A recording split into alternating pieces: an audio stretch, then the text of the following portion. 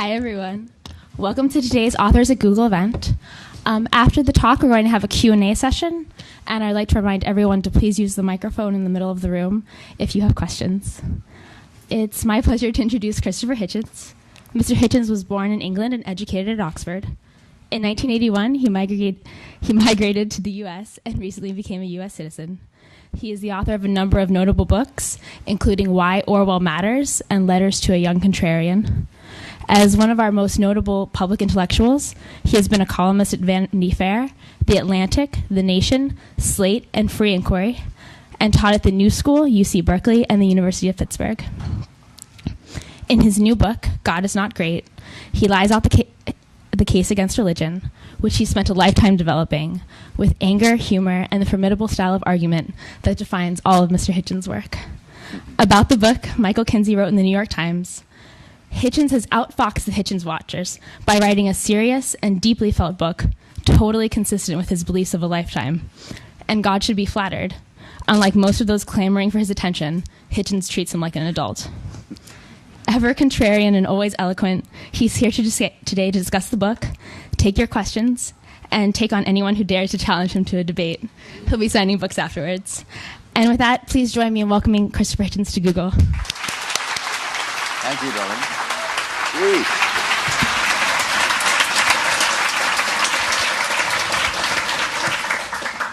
Well, thank you so much for that suspiciously grudging introduction. And thank you very much, ladies and gentlemen, for coming. I understand we've only got the balance or so of an hour together, so I'll try and break the rule of a lifetime and be terse. And I think I'll put it like this. It's true that publishers sometimes want to put a catchy or suggestive or challenging subtitle on a book. And so when we hit upon, or rather they hit upon, well, how religion poisons and why religion poisons everything, I knew what would happen. People would come up to me, they'd say, you mean absolutely everything? You mean the whole thing? They would take me literally. I thought, well, all right. One of the things you have to do in life as an author is live up to your damn subtitle. So I thought today I'd defend the subtitle, because I think the title probably, when it came to me in the shower, I realized pretty much does speak for itself.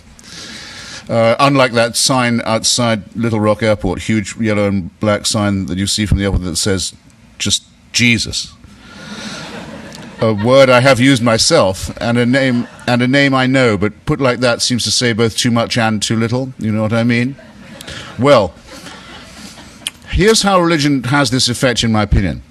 It is derived from the childhood of our species, from the bawling, fearful period of infancy. It comes from the time when we did not know that we lived on an orb. We thought we lived on a disk. And we did not know that we went round the sun, or that the sky was not a dome, when we didn't know that there was a germ theory to explain disease and innumerable theories for the explanation of things like famine. It comes from a time when we had no good answers, but because we are pattern-seeking animals, a good thing about us, and because we will prefer even a conspiracy theory or a junk theory to no theory at all, a bad thing about us, this is and was our first attempt at philosophy, just as in some ways it was our first attempt at science. And it was all founded on, and remains founded on, a complete misapprehension about the origins, first of the universe, and second, about human nature. We now know a great deal about the origins of the universe, and a great deal about our own nature. I've just had my DNA sequenced by National Geographic. You should all, by the way, get this done. It's incredibly important to find out how racism and creationism have been abolished by this extraordinary scientific breakthrough, how you can find out your kinship with all your fellow creatures originating in Africa, but also your kinship with other forms of life, including not just animal, but plant. And you get an idea of how you are part of nature and how that's wonderful enough. And we know from Stephen Hawking and from many others, Stephen Weinberg and many other great physicists, an enormous amount now about what Professor Weinberg's brilliant book calls the first 3 minutes, the concept of the Big Bang. And we can be as sure as we could probably need be that neither this enormous explosion that set the universe in motion, which is still moving away from us at a great rate, nor this amazingly complex billion year period of evolution, we can be pretty certain it was not designed so that you and I could be meeting in this room. We are not the objects of either of these plans. These plans don't know we're here. Sorry to say, wouldn't know or care if we stopped being here. We have to face this alone with the equipment, intellectual and moral, that we've been given, or that we've acquired, or that is innate to us. And here's another way in which religion poisons matters. It begins by saying, well, why don't we lie to ourselves instead? Why don't we pretend that we're not going to die? Or that an exception can be made at least in our own case if we make the right propitiations or the right moves. Why do we not pretend that the things like modern diseases, which we can sequence now, sequence the genes of, like AIDS, are the punishment for wickedness and fornication? Why don't we keep fooling ourselves that there is a divine superintendent of all this, because it would abolish the feeling of loneliness and possibly even of irrelevance that we might otherwise have? In other words, why don't we surrender to wish thinking? That poisons everything, in my opinion, right away. It attacks the very basic integrity that we need to conduct the scrupulous inquiries, investigations, experiments, interrogations of evidence that we need to survive and to prosper and to grow. And it's no coincidence, no accident, that almost every scientific advance has been made in the teeth of religious opposition of one form or another that says we shouldn't be tampering with God's design. I suppose the most recent and most dangerous one of these is the attempt to limit stem cell research. But everyone could probably think of other forms of scientific research and inquiry, especially medical, that had led to religious persecution in reprisal. Thirdly, it's an attack, I think, on what's also very important to us, our innate morality. If there's one point that I get made more than another to me when I go and debate religious people, it's this. They say, where would your morals come from if there was no God? It's a question that's posed in Dostoevsky's wonderful novel, The Brothers Karamazov. One of the brothers says, it's Smerdyakov, actually, the wicked one, says it. If God is dead, isn't everything permitted? Isn't everything permissible? Where would our ethics be if there was no superintending deity? This, again, seems to me a very profound insult to us in our very deepest nature and character. It is not the case, I submit to you, that we do not set about butchering and raping and thieving from each other right now, only because we're afraid of a divine punishment or because we're looking for a divine reward. It's an extraordinarily base and insulting thing to say to people. On my mother's side, some of my ancestry is Jewish. I don't happen to believe the story of Moses in Egypt or the exile or the wandering in the Sinai, and in fact now even Israeli archaeology has shown that there isn't a word of truth to that story, or really any of the others. But take it to be true. Am I expected to believe that my mother's ancestors got all the way to Mount Sinai, quite a trek, under the impression, until they got there, that rape, murder, perjury and theft were okay, only to be told when they got to the foot of Mount Sinai, bad news, none of these things is kosher after all? They're all forbidden. No, I don't think so. I think we can actually have a better explanation in every sense, superior as well as better, that no one would have been able to get as far as Mount Sinai or in any other mountain in any other direction unless they had known that human solidarity demands that we look upon each other as brothers and sisters, and that we forbid activities such as murder, rape, perjury, and theft, that this is innate in us. Of those to whom it is not innate, the sociopaths who don't understand the needs of anyone but themselves, and the psychopaths who positively take pleasure in breaking these rules, well, all we can say is, according to one theory, they're also made in the image of God, which makes the image of God question rather problematic, does it not? Or that they can be explained by further and better research and have to be restrained and disciplined meanwhile. But in no sense here is religion a help where it claims to help most, which is to our morality, to ethics. Finally, I would say, not finally because I'm finished yet, I'm not quite done, don't relax. I hope everyone's got a drink, something to eat. But on the poison question, I think there's the real temptation of something very poisonous to human society and human relations, which is the fear of freedom, the wish to be slaves, the wish to be told what to do. Now, just as we all like to think, and we live under written documents and proclamations that encourage us to think that it is our birthright and our most precious need to be free, to be liberated, to be untrammeled, so we also know that, unfortunately, the innate in people is the servile, is the wish to be told what to do, is the adoration for strong and brutal and cruel leaders. That this other baser element of the human makeup has to be accounted for and gives us a great deal of trouble around the world as we speak. Religion, in my view, is a reification, a distillation of this wish to be a serf, to be a slave. Ask yourself if you really wish it was true that there was a celestial dictatorship that watched over you from the moment you were born, actually the moment you were conceived, all through life, night and day, knew your thoughts, waking and sleeping. Could in fact convict you of thought crime. The absolute definition of a dictatorship can convict you for what you think, or what you privately want, what you're talking about to yourself, that monitors you like this, under permanent surveillance, control, and supervision, and doesn't even let go of you when you're dead, because that's when the real fun begins. Now, my question is this. Who wishes that that were true? Who wants to lead the life of a serf in a celestial North Korea? I've been to North Korea. I'm one of the very few writers who has. I'm indeed the only writer who's been to all three axis of evil countries, Iran, Iraq, and North Korea. And I can tell you, North Korea is the most religious state I've ever been to. I used to wonder when I was a kid, what would it be like praising God and thanking him all day and all night? Well, now I know. Because North Korea is a completely worshipful state. It's set up only to do that, for adoration. And it's only one short of a trinity. They have a father and a son, as you know, the dear leader and the great leader. The father is still the president of the country. He's been dead for 15 years. But the Kim Jong-il, the little one, is only the head of the party and the army. His father is still the president, head of the state. So you have in North Korea what you might call a necrocracy.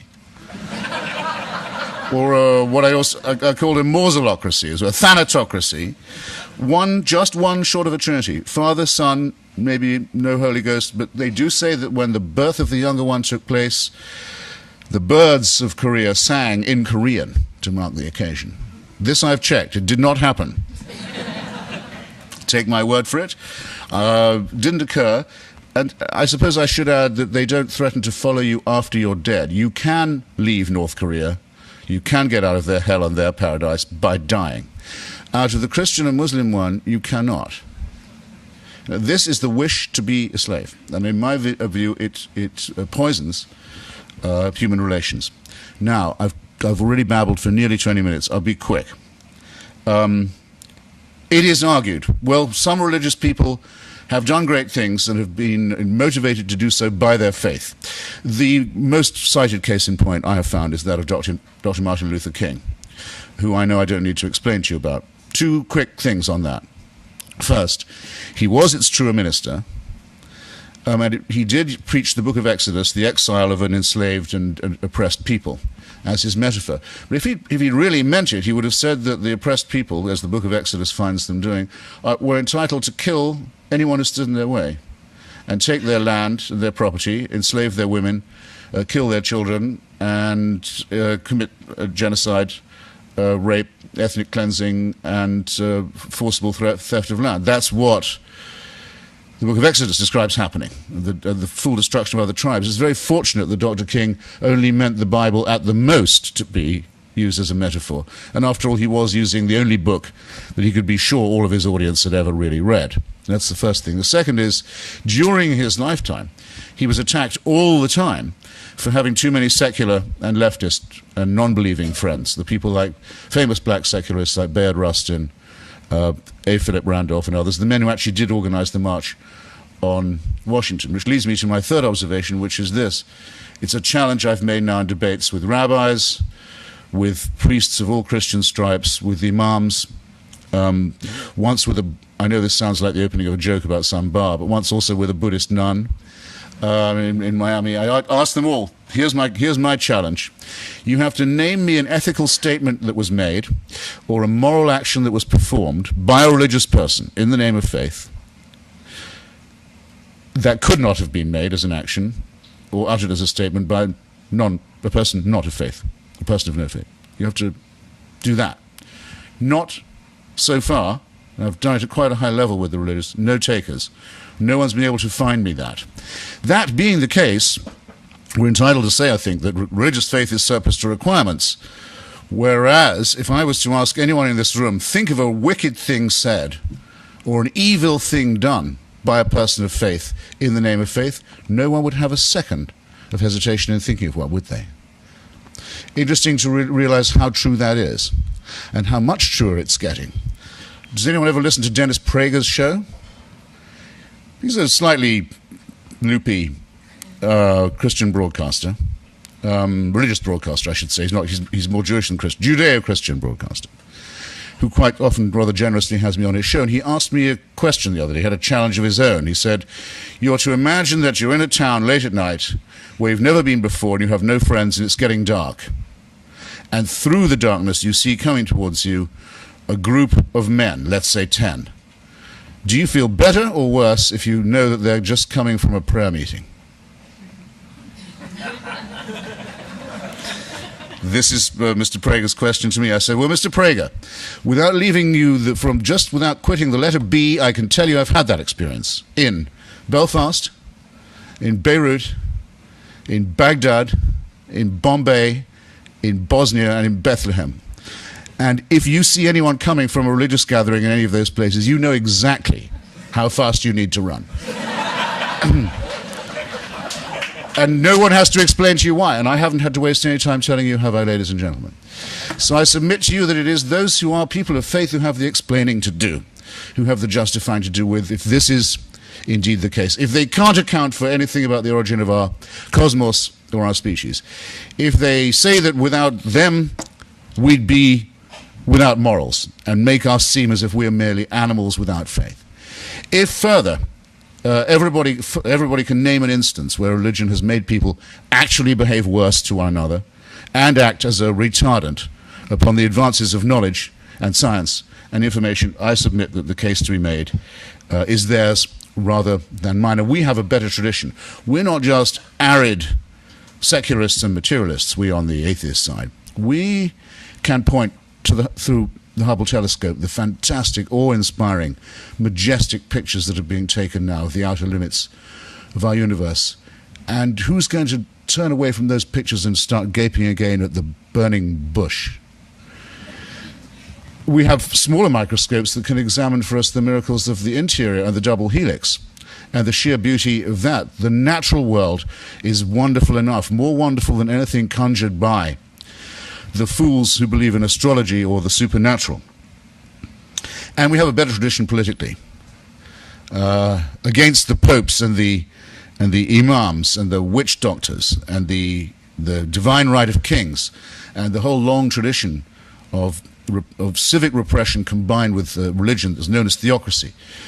We have created in the United States the only country in the history of the world written on founding documents, testable, organized, works in progress, based on the theory of human liberation, and the only constitution in the history of the world that says that there shall be a separation between the church and the state. God is never mentioned in the United States Constitution except in order to limit religion and keep it out of politics and put it under legal control. This achievement was described by President Jefferson, whose biographer I am in a small way, to the Baptists of Danbury, Connecticut, in a letter after they'd written to him for fear of persecution. By the way, who do you think the Baptists of Danbury, Connecticut were afraid of being persecuted by? Anyone knows? No, the Congregationalists of Danbury, Connecticut. People forget what it used to be like. See how the Christians loved each other, how they tried to repeat the European pattern of one religious sect repressing and torturing another one. And as you probably know, the president wrote back and said, no, you may be assured that there will ever be in this country a wall of separation between the church and the state. So I have a new slogan, and I'm taking it on tour. And I invite you to join me in it. And it goes like this: Mr. Jefferson, build up that wall. Okay, thank you very much for coming.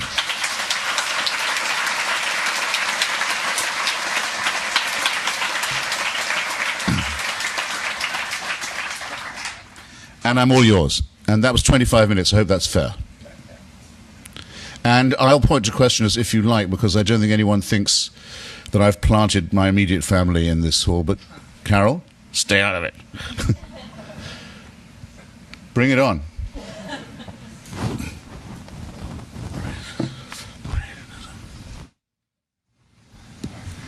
Thank you for coming to Google. It's my honor. You make it sound really, really simple. I mean, you have explanations for everything. And I agree with a lot of your arguments. And, I lived in, a socialist country. I mean, I come from Croatia, so I empathize with a little bit of when you say, the axis of evil, and especially North Korea being a perfect theocracy. I can relate to that. But I don't understand why do you say that these people really want to be enslaved? If you could explain this to me. I mean, I think there's really a system, set up by a minority, which is really a brutal system. And I don't understand that part of, this is something that these people want. So, did you say you were Croatian? Yes. Yeah. Yes. Well, then I would be upset if you thought I meant that these man-made regimes were there because people wanted them to be. No, that's not what I meant at all about North Korea, particularly. These have been riveted onto people. I mean, North Korea is a hermetic place, unfortunately, in that it has ocean on either side of it, the demilitarized zone, which is several miles wide on the south, and Russia and China on the north. So you have a place where you can horribly conduct an experiment on human beings, essentially. You can isolate them totally. The North Korean state was set up in the same year that Orwell published 1984. And you almost think that somebody gave Kim Il-sung a copy of 1984 in Korean and said, do you think we could make this fly? And he said, well, I can't be sure, but we sure can give it the old college try. Because that's how it feels there. I went there, I thought, I've had this experience, I'll just digress for a second. I've had this experience twice in my life. Journalists hate cliché. I know it doesn't always seem like that when you read the papers, but we try and avoid them. I went to Prague once under the old days of the communist regime. I thought, whatever happens to me here, I'm not going to mention Franz Kafka in my essay. I'm going to be the first journalist not to do it. I went to a meeting of the opposition underground. Somebody betrayed us, because the secret police came in suddenly, wham, like this, broke down the door, dogs, torches, rubber truncheons, the lot, slammed me against the wall. You're under arrest. I demand to see the British ambassador, blah, blah. You're under arrest. What's the charge? We don't have to tell you that. I thought, fuck, I've got to mention Kafka after all. They make you do it. Well, that's actually what a cliche is. Communism is a cliche in itself. Same in North Korea. I thought, I don't want to mention Orwell, now I have to mention him. There's no other standard of comparison. No, what I meant about the fear of freedom was this. Many, many people don't, of course, want to live under a hellish starvation regime of gulag type, like that. But they quite like being told what to do. And they don't want to be told that world doesn't owe them a living and that they're on their own, and they quite like it, and repeatedly vote for parties and sometimes leaders who promise to provide everything as long as they'll give up just a little bit of freedom. Just a little bit. And the trade-off, you'll get more security, more welfare. It's a temptation. In some cases it takes an extreme form. And I'm very impressed by how often when I debate with religious people, they will tell me that they gravitate towards faith because they want someone to, if you like, look after them. The whole idea of a heavenly Father, for example, is built up in this. There's the old joke says, some say God is dead, some say God is dad. You figure. Then there are people who, well, Islam, for example, the word Islam means surrender, prostration. You give everything to God. Everything's in His hands. This is implicitly totalitarian. That's what I mean. But I think it's innate in most people, is the feeling that they'd quite like someone to take care of them all the time. So it can be hard to argue with them that there is no such person. I understand better now, but Okay. like I just to follow up a little bit. So, is there a possibility there to say that then some people are more freedom-loving than others, and is this some sort of I wouldn't call it racism or anything, but like differentiating people by their love towards freedom? And I'll end with that. No, I'm certain that the same feelings are innate in all people. And that one day there will be a North Korean edition of 1984, and it'll be a huge bestseller there. I'm as sure of that as I can be of anything.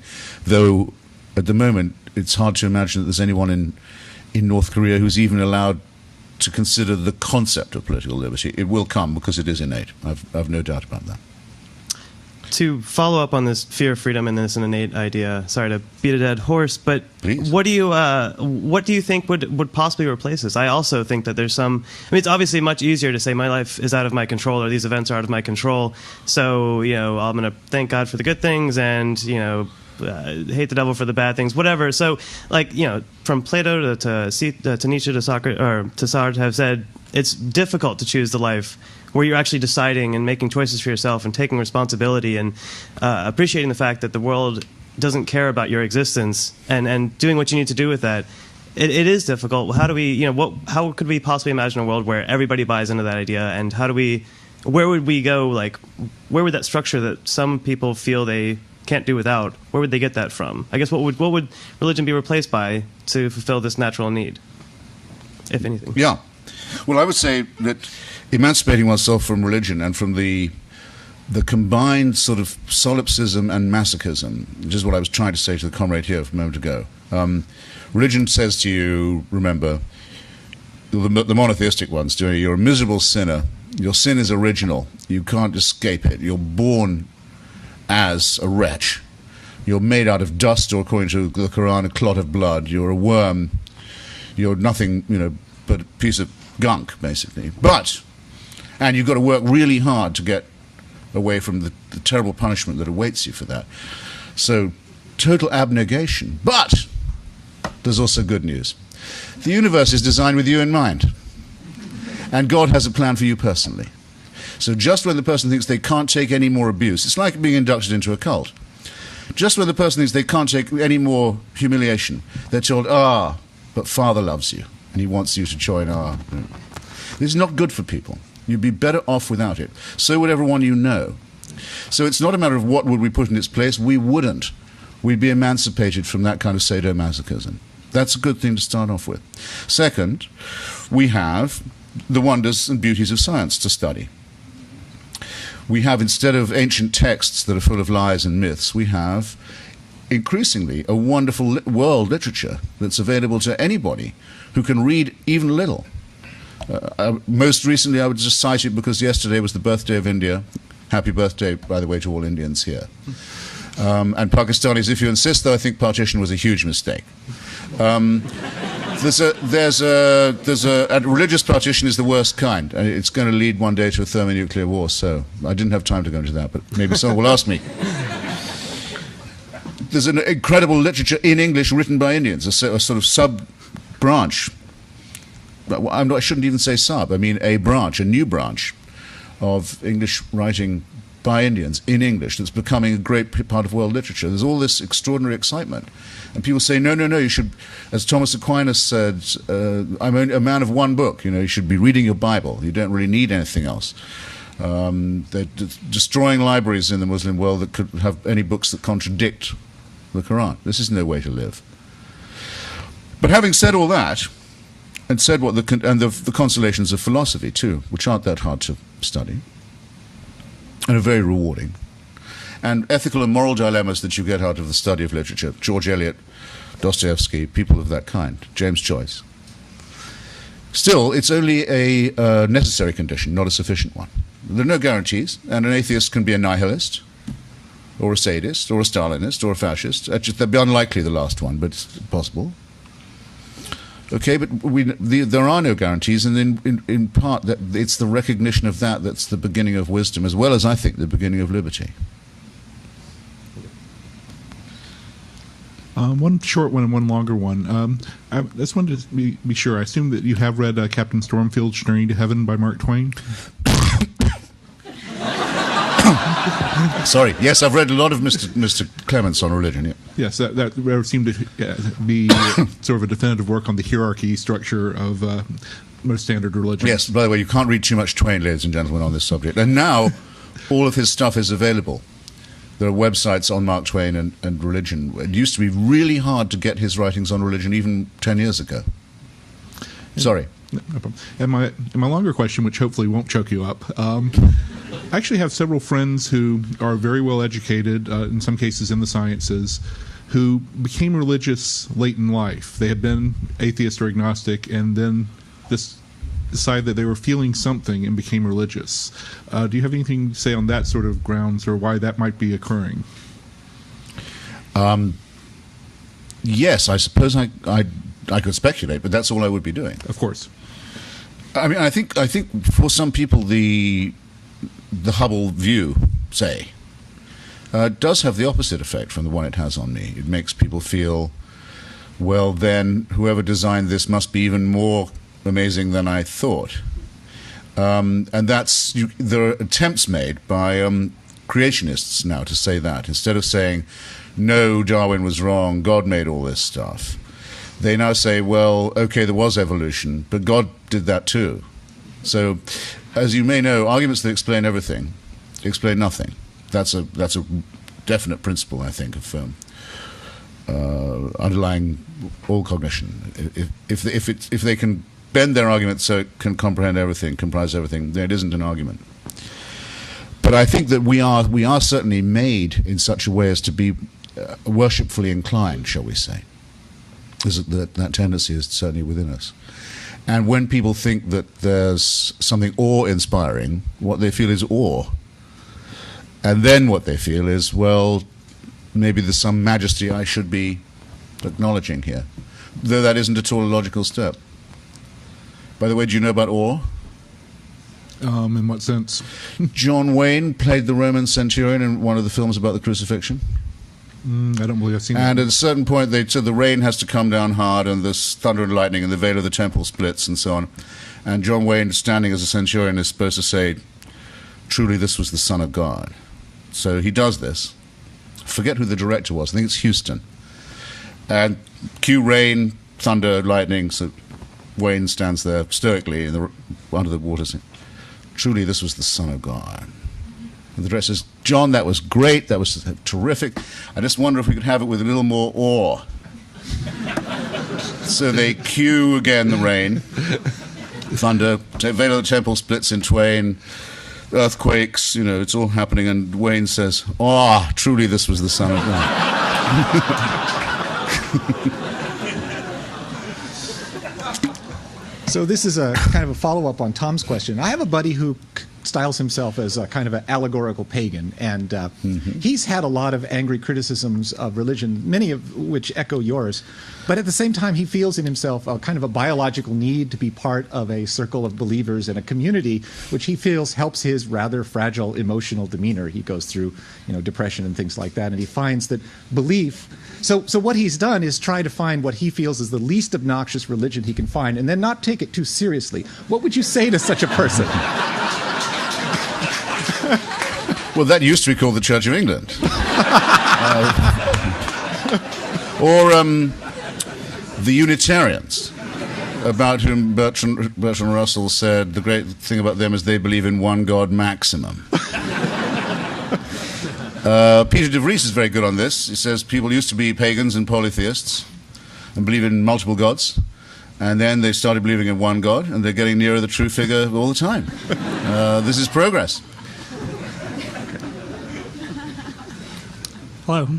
In an article, I believe it was in Slate, that I read, you seemed reluctant to endorse, if not critical, of Richard Dawkins' attempt to sort of organize atheists under the title of Brights. Yes. And I believe that your comment was that we infidels need no such machinery of reinforcement. My question is, if like-minded people do not organize, especially if those whose ideals we oppose are more organized, how can we attempt to kind of steer our society the way that we would like it to go?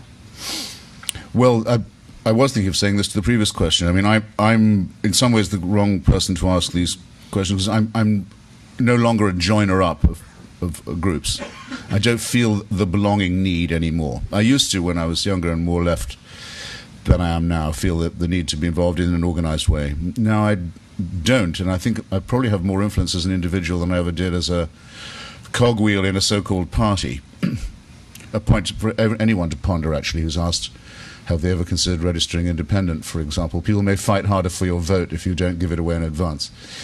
Separate question. And it's very important to me that I don't belong to a church. People who believe as I believe don't need to get together all the time and remind ourselves what we believe, reinforce it, ram it home, in case we forget the incredible propositions that we're singing and all this kind of thing. You just recognize a fellow freethinker when you meet one. That should be enough, and in any country or any language as well. There will be in Washington in October the big gathering where Richard Dawkins and Daniel Dennett and Sam Harris and Ayaan Hirsi Ali and myself and many others are going to be. Victor Stenger, because there has been an extraordinary vogue of successful books on this subject now, and I think there's a change in the zeitgeist going on about religion. And let me just say this: if that zeitgeist has been brought about, if a change has been brought about in that zeitgeist, it hasn't been by any organization. It's been by a group of like-minded people writing their hearts out and refusing to be intimidated by religious bullying, or to allow religious nonsense to be taught in the schools, for example, in place of science, or to allow euphemisms to be spread about the behavior of the parties of God in Iraq or elsewhere. That's what's created it, not an organization, but what you might call an intellectual tendency. I think that's fine. I think it's encouraging. Hi. A few of the things that you said don't really seem consistent with our experience in the United States. Two things in particular. One is that you said, once people have Hubble telescopes and microscopes, the burning bush is not as interesting. Mm-hmm. And the other thing you said is that religion kind of feeds into innate human nature for being told what to do or not having as much freedom. Well, in the United States, you have the most advanced, wealthy, most powerful nation in probably the history of the world. And you have probably the most freedom-loving, almost inventing, not inventing, but like really espousing the philosophy of freedom and individuality and trying to, propagate that throughout the world. Yet you also have the most religious nation. Well, no, it's true. I mean, you can argue with the methods, but I mean, there's no question that we are trying to promote democracy. And yet you have, the most religious nation. You have people going to church is probably at an all-time high. Religious people affect who our leaders are, to a great degree. So how do you explain that contradiction? Well, I don't think it's a contradiction because the secular constitution means you can have religious pluralism. Now, for example, where I come from originally, you can probably tell I was born in England. The head of the church is the head of the state and the head of the armed forces. It's an official church, and you have to pay for it, and whether you want to or not. And on the moment that Her Majesty the Queen expires, the head of the Church of England will become a bat-eared half-Muslim with no taste in women, as far as I can see. The lugubrious Prince Charles, who goes to classes on Islam and talks to plants and is a loon. That's what you get for founding a church on the family values of Henry VIII. In the United States, you can't have any of that. That'd be completely unconstitutional. You can belong to any church you want. The government has nothing to do with it. And people, I think, take a Tocquevillian view, if you like, of the church.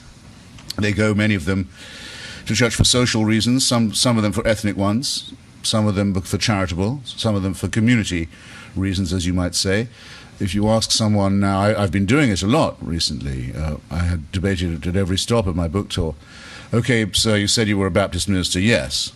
Well, do you believe in John Calvin's teaching on predestination and hellfire? Why do you want to know? Well, only because you said you were a Baptist. Yeah, but I mean, I'm a Southern Baptist. You know that kind of. Well, come on. They don't love the question. They ask Catholics if they really believe what their church teaches or what the Pope tells them. Of course, they don't for the most part. The fastest growing group of people in the country has been measured as being those who have no belief or who are atheists. By far the fastest growing. It's doubled in the last 10 years. People are evidently lying to the opinion polls. There aren't enough churches in the country, and there are plenty of them. There are not enough to take all the people who say they go to them. Just couldn't be done. Couldn't fit them in.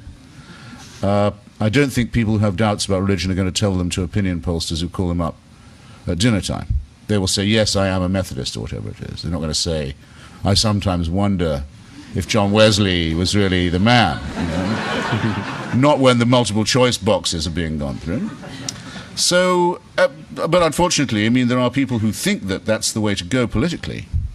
I mean, the president, for example, thinks that to say someone is a person of faith is axiomatically to confer a compliment on them. And if you remember, he did it to Vladimir Putin, KGB goon and hood, and increasingly, evidently, very dangerous man to have in charge of Russia. The president meets him and says right away, well, I could tell by looking into his eyes and seeing he was wearing his grandmother's crucifix that he was just the chap for me. Now, in a strong field, I think that's the stupidest thing the president has yet said. And he must, I think, occasionally regret it. And I tried to get a researcher onto this once to find out, I just need to know something. Has Vladimir Putin ever worn his grandmother's crucifix since? Had he ever been seen wearing it before? Or did he just think this should be enough for the President of the United States? Because if so, it would show that religion was not just metaphysically incorrect, but as I have said, a danger and a poison to all of us. If our republic and its president can be pushed over like that, like someone offering garlic to a vampire, then we really are in trouble. But just to follow up though, it just sounds like you would have almost no religion in the U.S. if it was true what you were saying, is that once you became an advanced scientific society, you lose interest in religion, which is not the case. I'll say a bit more. I mean, take the case of the so-called intelligent design school. They want at least equal time. They used to want to ban evolution. Now they want equal time in schools. So they've brought, with their Discovery Institute friends from Washington, moves on school boards and courts in Oklahoma, Kansas, Texas, and the most conservative county of Pennsylvania around the town of Dover. And they have been humiliated in each case. This is in Kansas, in Texas, in Oklahoma, and in the most reactionary part of Pennsylvania, thrown off the school board by the electorate and thrown out of court as flat-out unconstitutional by the judges, in all cases Reagan Republican appointees. And I don't know what they're going to do next, these rednecks. I don't know what they're going to do. But I know why it doesn't work, and why it's not going to work. Because there may be many parents in Kansas who say, well, I personally think that God made the rocks and so on, and only made them 6,000 years ago. But they don't want their children taught that in school. They don't want to come from a state where they get laughed at when they say where they're from. Oh, you're from Kansas. That's the place where they don't like that. It was the same with the Confederate flag issue. Quite apart from the racism, a lot of people didn't want to come from a state that had the Confederate battle flag on its. Among other things, people won't have their conventions in your state. You'll suffer for that too. You'll get laughed at when you travel. They don't want this. And nor should they have to put up with it because of a handful of crackpots. So, no, I don't say there aren't a lot of devout people in this country, and I don't say that science just negates religion, but I say that the influence of religion as opposed to scientific rationalism is hugely overestimated. Yeah. Shouldn't impress people to the point where they feel it can't be opposed. Thank you for coming. Thank you for having me. I think you already answered one of my questions regarding organizing a larger effort. So separate from that, I wanted to get just some comments and thoughts based upon the idea of if there is going to be an independent movement, whether at the atheist or anti-theist movement, whether you're a part of it or not, if you have any suggestions for the average person that may not have, say, a publishing company or a production company, but does have the internet, does have their own thoughts and a keyboard in front of them, what they can do to either give resources to other people or to actually express their thoughts in ways that you find to actually be, exceptional to further some sort of movement, if there may be one. Yeah, my friend Richard Dawkins, actually at the end of his book, The God Delusion, does have a list which you can look up. And his is an excellent book, I should say, of websites where, so to say, help is available. Well, there's one, for example, there is a very important one called Leaving Islam. It's about people who want to get out and are afraid or are being intimidated. Ways of actually doing it, and finding contact with people who feel the same way. Very serious, because there are quite a lot of our fellow citizens now who don't feel that they do have religious freedom because they're imprisoned in a religion that can kill them for even considering changing their minds about it. This is not a small matter. But I tell you what I would do. I would become a subscriber to a magazine called Free Inquiry, which is published out of Amherst, New York. It's every month, I think. It's a very, very good rationalist and skeptical magazine, which has itself a lot of local activities that you can look up. And then there's another magazine called Skeptical Inquirer, published from nearer here, maybe more appeal to people of a scientific or technical bent, which does things like expose frauds who are on TV claiming to be able to put you in touch with your relatives, or divine water, or all these kinds of nutbags are often featured on primetime shows. And puts you also in touch with the work of the great magicians, Penn and Teller and James Randi, who again show that miracles are easy, and they can also show the fraudulence of anyone who tries to exploit them. There's a world of wonder awaits you. And these magazines will also show you and point out to you the areas where resistance is needed, say to the continued attempt to teach nonsense in American schools. Yes, children, that concludes the biology period, and now get ready for your creation studies hour. And after the astronomy class, we'll have the astrology class for equal time. And then the chemistry alchemy period. It's enough to make a cat laugh, isn't it? But there are people who think this is what should be done to stultify American children. So you can meet up with other people who think that that's a bad idea. Yeah, two things, an observation and a concern. My first observation is that I think you share something in common with Jesus, in that both of you seem to be attacking aspects of religion. But I note that in his case, he attacked the specific religious leaders, whereas you attacked the religion itself. And I just find that interesting. Our resemblances are often pointed out. I'm sad to hear that. I thought for sure I'd be the first. The second thing, a bit of concern, if we start going more and more toward atheism, I mean, you mentioned some of the horrible things that have happened in the name of religion, but I look at one of the greatest genocides, or at least mass murders ever, was by the Soviet Union under Lenin and Stalin, when in the name of, among other things, atheism, they killed an enormously large number of their own people. And what do you think would prevent that from happening if indeed you are successful? I have a chapter on this in my book because it's a very frequently asked question. I think it's also a very serious one. I have to condense the chapter briefly, if I may, but here's the situation. Until 1917, the year of the Russian Revolution, millions of Russians, millions and millions of them, had for hundreds and hundreds of years been told that the head of the state, the Tsar, was also the head of the church and was a little more than human. He was the little father of the people. He wasn't quite divine, but he was more like a saint than a human. And he owned everything in the country, and everything was due to him. That's how gigantic layer of Russian society was inculcated with the servile, fatalistic ideas. If you were Joseph Stalin, you shouldn't be in the dictatorship business in the first place if you can't realize this is a huge opportunity for you. You've inherited a population that's servile and credulous and superstitious. Well, what does Stalin do? He sets up an inquisition.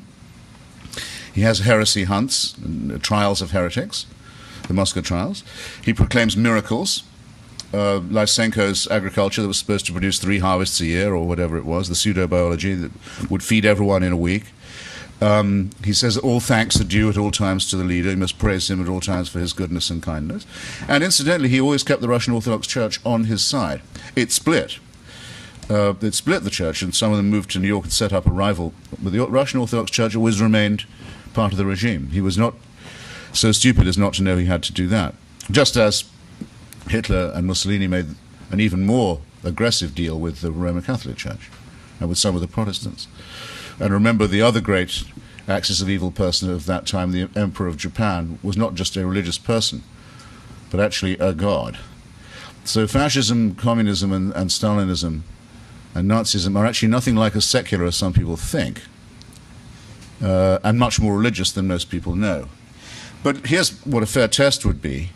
Find a society that's adopted the teachings of Spinoza and Voltaire, Galileo, Einstein, Thomas Paine, Thomas Jefferson, and gone down the pits as a result of doing that, into famine and war and dictatorship and torture and repression. That would be a fair test.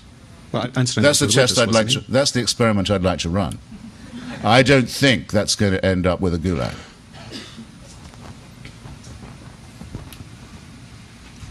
Hi, thank you for coming. More Thank you ladies for having asking me. questions would be awesome. And please, I implore you to be really hilarious so we can prove Mr. Hitchens wrong about why women cannot be funny. I was wondering what you've done with your chicks here, I must say. We're a technology company. So I'm not religious, but just to play a little devil's advocate, what do you say to studies that show that people who consistently go to church, who pray, who believe in God, have like lower blood pressure and live longer lives, etc.?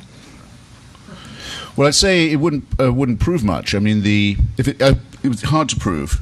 I'm not sure I would be able to trust the methodology, but suppose it was true.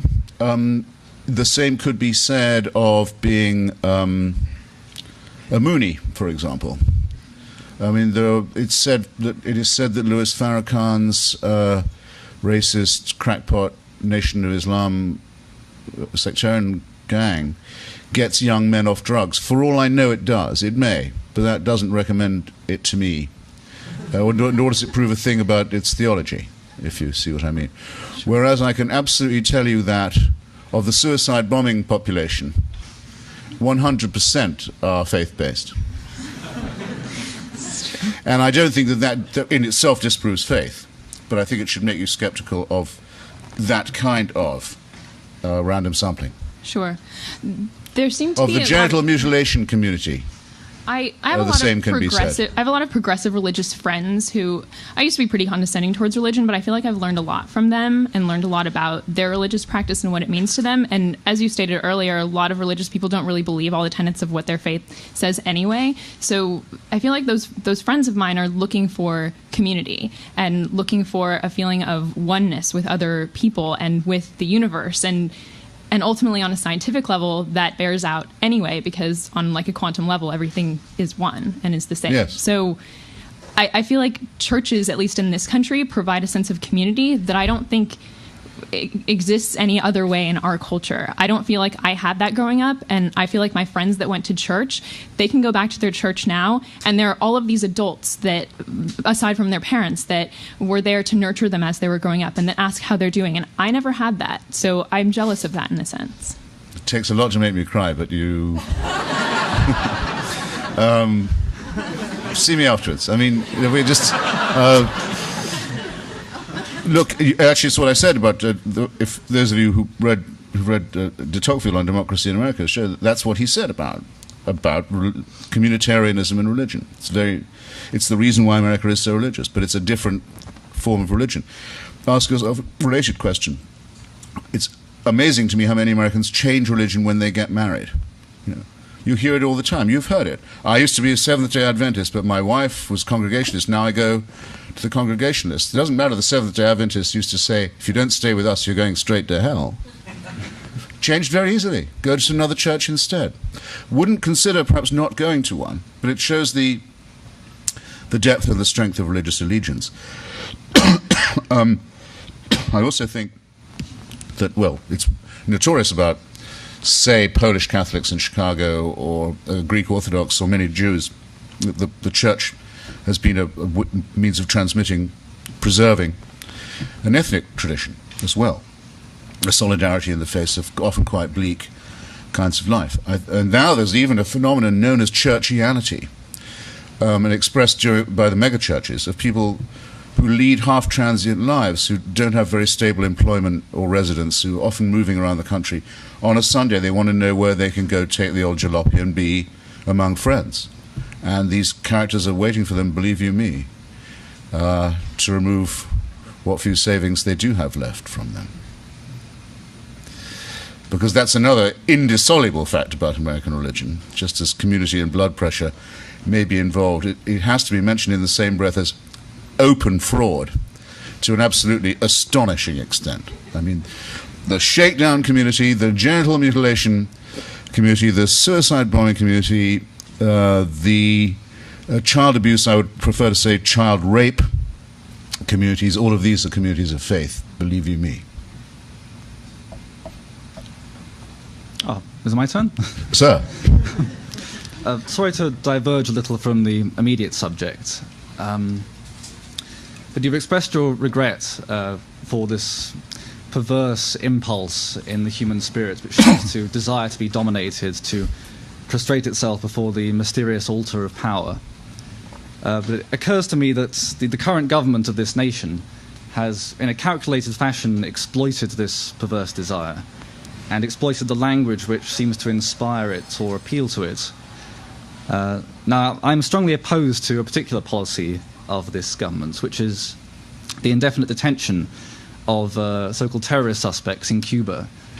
And in particular, I dislike the way the government tries to justify this policy by using these very discourses of power and secrecy, which come with a particular religious stamp. So I would like to ask, not to be impertinent, how you can square what you've said today with other comments you have made, apparently in support of this very policy. Well, there's no danger of you being impertinent, so don't worry about that. I have just returned from Guantanamo. Well, I say just, I was there last month. It took me a long time to get down there, and I haven't yet written anything about it, so you won't know my views, as I'm not sure that I know them in full myself. But about your question, I know what my views are about indefinite detention in principle. I don't see, or must have missed, any allusion at all made to religion in the decision to declare them enemy combatants. You suggested there was a religious justification for the detention policy. Not a religious justification, per se, but in my opinion, the Bush administration, in its public deliveries, often uses a language of power very much akin to that used by religious tyrants and demagogues down the centuries.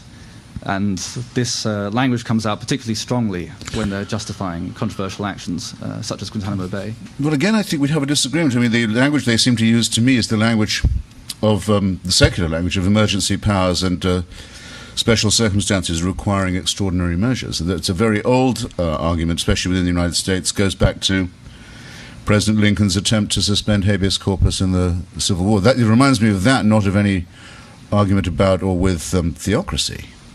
Emergency powers and extraordinary rendition and other terms like this, to me, rather smack of secrecy, jargon, of the same kind used by preachers.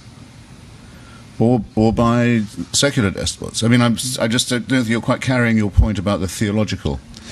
By all means, if you want to discuss the question of civil liberties, let's do so. But I mean, it's a departure from the rubric. The Bush administration is not conducting a holy war in this respect. It is confronting a holy war, however. I mean, one thing you can't miss about the inhabitants of Guantanamo is how faith-based they are. And that's part of the reason why we presented with this problem. The difficulty seems to me to be the following. If you treat them as criminals, as some argue, then you can't say really that you're fighting a war. Then it's only a law and order question. If you say you're fighting a war, then in what sense are these not enemy soldiers? If they're enemy soldiers, how can you try them as criminals? Why are you holding people as criminals and building a military tribunal. I visited the room where they're going to have them tried, where they'll be able to say, well, thanks for having me here and admitting that I am a soldier, when the whole point is that the Geneva Convention says that they're not. So that's bad enough to begin with, and it's a territory no government has yet had to step onto. But in addition, we're apparently not allowed to do any of those things, nor are we allowed extraordinary rendition, nor can we return them to their countries of origin in case they get maltreated there by their own governments. Well, this leaves apparently only two alternatives. One is not to take any prisoners, and the other is to let everybody go and say we've got no right to hold you. And neither of these seem to be very attractive. This is as far as I've got now with my reasoning about it. Do you not dislike the way that all of these actions may in fact be unconstitutional? They're not justified in constitutional terms, but in language such as extraordinary rendition, emergency powers. Yeah, I do dislike that very much, yes. I mean, no one's ever been able to point out to me that Lincoln's suspension of habeas corpus helped to defeat the Confederacy, for example. And I certainly don't think that the President has the right under the Constitution to suspend habeas corpus. Only the Congress can do that. It doesn't mean it can't be suspended, but Congress has to do it, the President cannot. I'm rather a stickler for that kind of thing. Call me old-fashioned, if you will. Well, I think I've taken up a little too much time now. Although very welcome question, believe me. I would posit that the Bush administration has restrained itself, or needed to be restrained, from using genuine religious language in the way it's approached its so-called war on terror. And I believe the word crusade was used early on in the campaign by President Bush. It's not been used since. And we remember that the original name of the campaign was Infinite Justice, another rejected piece of unfortunate language, obviously picked out by some careful PR person. Fair enough. Hi, thank you very much for coming. I was just had a question about something that many people will probably find to be a less serious issue, but I'm curious about your thoughts on art, music, and creativity, and how those fit in with your other ideas. Those are three things that form communities that maybe could be argued of faith. You know, the greatest composers throughout history always dedicating their work to God and things of that nature. And I'm just curious how you view these things and the beauty of these things to be similar to the beauty that you've suggested you can find in nature, or how you think that they might be more suited, more fitting in with religion. I'm just curious if you think that they need to be devalued in this new system or with your ideas. Yeah, we don't know of the extraordinary buildings, the great Gothic cathedrals, for example, or even the great mosques of Andalusia. We don't know of the architects who built them, that they were themselves convinced that it was for the greater glory of God. We just know that at the time you couldn't get a job as an architect if you didn't affirm that. And that certainly we know what would have happened to you if you said, "What God?" That would not just mean the end of your career as an architect. So we don't know that about that. We don't know the same about even the devotional painters. We don't know that they were believers, or the composers. Of the devotional poets, and I'm on stronger ground here as a literary critic, and I know a bit more about it, people like John Donne or George Herbert, I think it would be very, very hard to fake writing that if you weren't a believer. It would be extremely hard. Where would you get your inspiration from? My feeling is that is real devotional poetry, and I personally couldn't be without it. We'd be much poorer. To stay with literature, if you don't mind.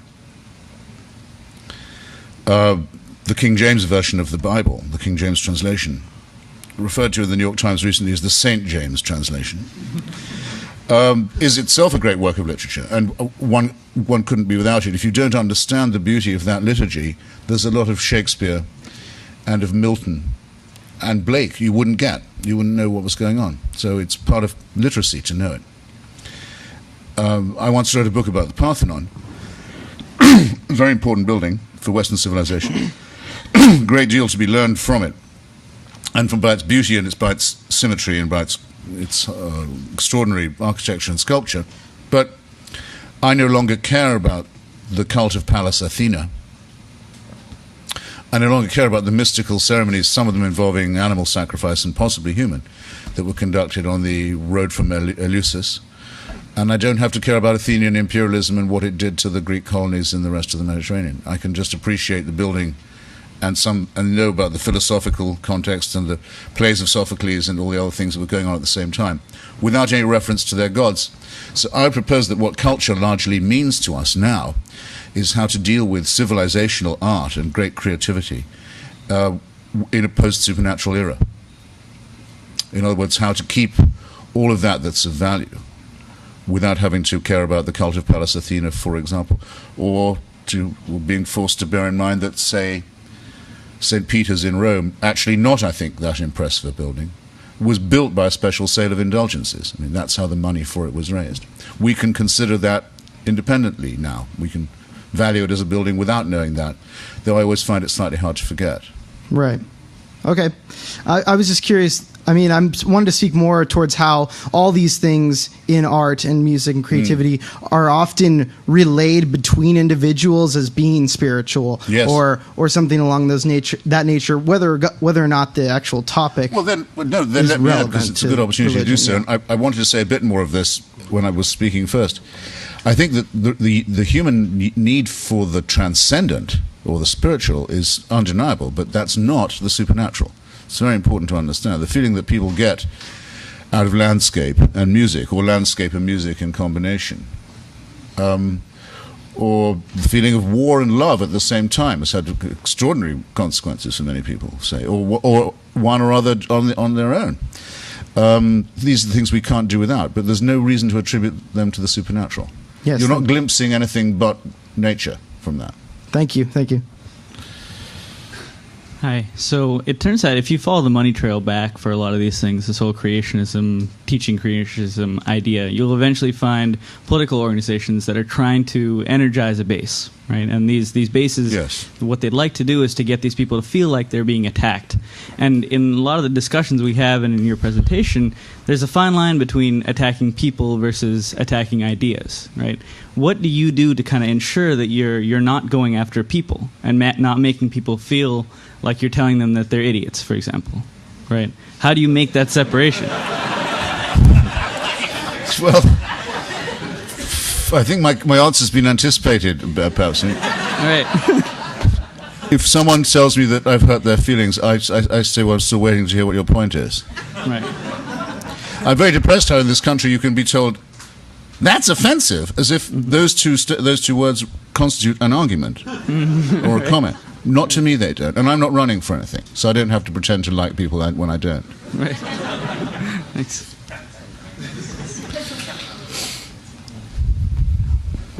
Hello. Oh, thank you so much for speaking. I think we're going to have a book signing right outside over here. So if everyone got their copy of the book. But thank you very much for coming. How very nice of you to do that.